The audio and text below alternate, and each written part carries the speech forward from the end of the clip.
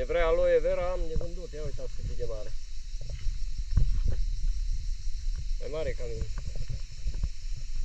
Asta mai mică s-ar putea să fie mai sănătoasă, ia uitați cât aloe vera aici. Complex, ceva complex e acolo. Uitați ce frumos e. Nu știu unde duce drumul ăla, dar ieri am fost acolo pe vârful muntelui.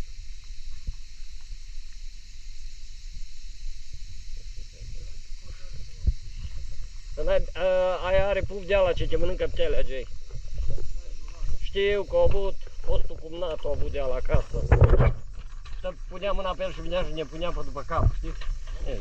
Zile întregi te scarci.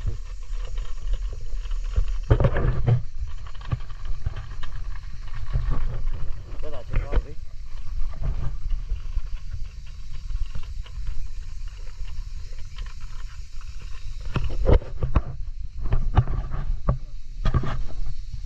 Ce?